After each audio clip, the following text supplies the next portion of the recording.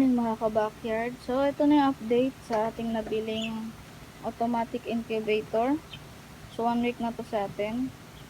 At ayan po siya. Wala po itong kasamang humidity sensor. So nung unang gamit ko sa kanya, sinunod ko lang yung instruction dun sa manual. Naglagay tayo ng tubig. Ito, nilagay natin yung tubig dyan. At nagulat ako mga ka-backyard kasi biglang nag-moist yung loob ng incubator. At hindi ko malaman kung mataas or mababa yun dahil wala nga tayong humidity sensor. So ang ginawa ko, itong humidity sensor na to galing to dito sa DIY incubator natin. Nilipat ko na lang dito para ma-check ko yung humidity sensor niya. Yung humidity niya sa loob. And yun nga, nakita ko sobrang taas ang humidity niya. Nasa 80. Kaya pala siya nagmo-moist nung unang gamit ko. So ang ginawa ko, tinapon ko yung tubig. Nilabas ko yung mga tubig niya. At napansin ko mataas pa rin yung humidity sa loob. Nagra-range pa rin siya ng 60 to 70. So normal pa rin naman yun hanggang 70. Ayan. Huwag lang siyang tataas hanggang 80 dahil sobrang taas na ng humidity sa loob niya. So dapat 50 to 70 lang. Magre-range lang yan dun sa normal. Lalo na kung unang salang pa lang to. Yung itlog natin, bagong salang pa lang. So dapat sa normal lang yung kanyang reading. So yun nga mga ka-backyard, dahil kahit walang tubig itong incubator na to ay mataas yung humidity niya sa loob. So ngayon nga mga ka-backyard ay hindi na ako naglalagay ng tubig dyan. Pag nakikita ko na lang yan mga ka-backyard na umaba sa 50 yung kanyang reading, doon lang ako nagdadagdag ng konting-konti lang mga ka-backyard. Konting tubig lang para lang tumaas. So ayan nga, kaninang umaga naglagay ako ng konti at ayan na yung reading niya. Nasa 60 to 70 na. Yan. So, ayun lang yung napansin ko dito sa incubator na to mga ka-backyard. Kasi, kaya siguro mataas yung reading niya ng humidity sa loob dahil wala siyang ibang butas dito sa labas.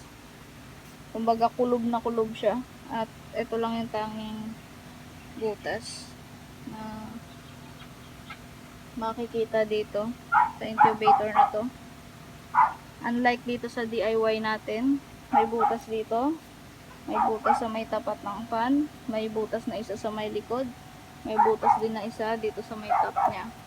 So nakakasingaw yung humidity at nakokontrol natin yung humidity sa loob. So ito kasi ay hindi natin siya hindi siya makontrol dahil nga siya kulob. So ang tanging solusyon doon, pag nagsalang kayo ng itlog, yung mga bagong salang pa lang, huwag nyo na lang lagyan ng tubig. Pag malapit na lang siya mapisa, doon na lang kayo mag-add ng tubig. Kasi pag malapit mapisa, kailangan ng humidity niyan is nasa 75 to 80 or hanggang 90. Yan. Nasa ganun dapat ang humidity niya pag malapit na mapisa. So ito nga ay hindi natin dito papapisain.